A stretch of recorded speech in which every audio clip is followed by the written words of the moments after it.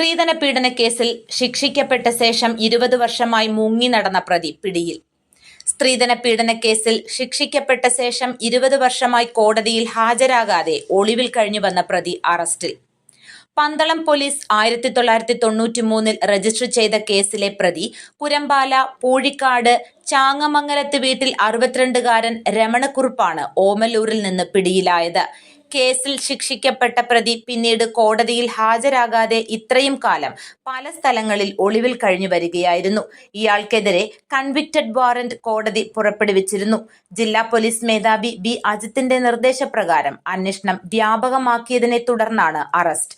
Pandalam police inspector Prajeesh Sasi, SI J Nujumudheen, CPO Anwar Shah എന്നിവരടങ്ങിയ സംഘമാണ് പ്രതിയെ പിടികൂടിയത്. പ്രതിയെ കോടതിയിൽ ഹാജരാക്കി. News bureau, Pandalam.